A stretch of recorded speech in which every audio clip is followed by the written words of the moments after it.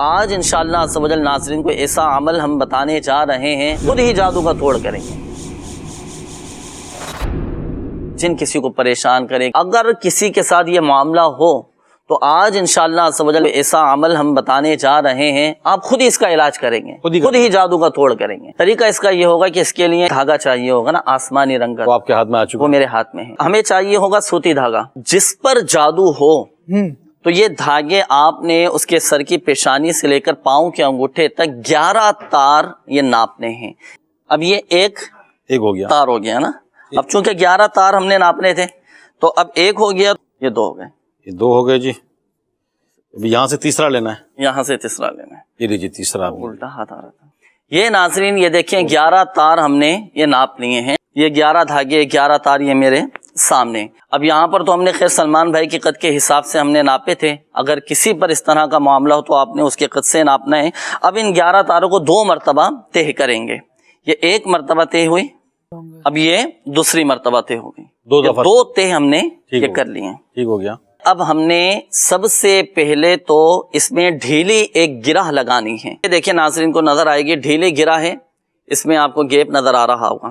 اب میں پڑھوں گا سورۃ الفلق، قرآن پاک کے 30ویں پارے میں ہے سورۃ الفلق۔ بسم اللہ الرحمن الرحیم، قل اعوذ برب الفلق من شر ما خلق ومن شر غاسق اذا وقب ومن شر النفاثات فی العقد ومن شر حاسد اذا حسد۔ اب یہ ایک مرتبہ سورۃ الفلق پڑھی اور اس گرہ میں پھونک ماری اور یہ ٹائٹ کر دی میں نے، یہ دیکھیں یہ ٹائٹ ہو گئی، یہ ایک گرہ ہو گئی۔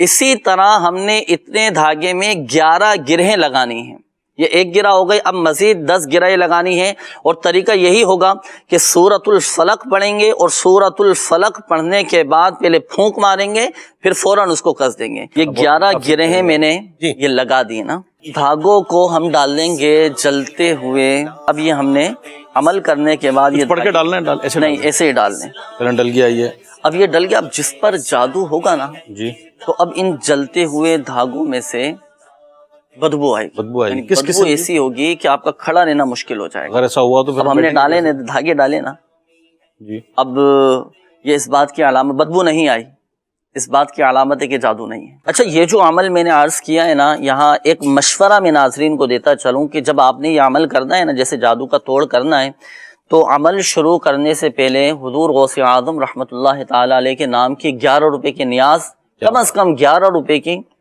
ورنہ حسب توفیق ہم نیاز دلائیں، نیاز دلانے کے بعد پھر آپ یہ عمل شروع کریں۔ صحیح۔ اللہ فرض کوئی بھول جائے تو اگر وہ نہ کر سکے تو عمل تو کر سکتے، عمل تو کر سکتے ہیں، مزید برکتیں مل جائے گی۔ جی جی ماشاءاللہ۔ اگر کسی کو سمجھ نہ آ سکا ہو یا بعد میں آپ نے دیکھا ہو آدھا سمجھ آیا ہو تو آپ یہ روحانی علاج کے بستوں سے بھی یہ مکمل طریقہ علاج حاصل کر سکتے ہیں۔ اچھا یہ عمل اپنے طور پر کر لیں تو کوئی حرج نہیں، اس کی تو اجازت ہے نا، یہ جو بتایا ہی دکھایا ہے، آپ نے اجازت دے دی سارے سامعین یہ تو الحمدللہ عز و جل عرصہ دراز سے روحانی علاج کے بستوں پر یہ ماشاءاللہ دیا جا رہا ہے، اور یہ الحمدللہ میرے سنت دامت برکاتہم عالیہ کی طرف سے اجازت عام ہے۔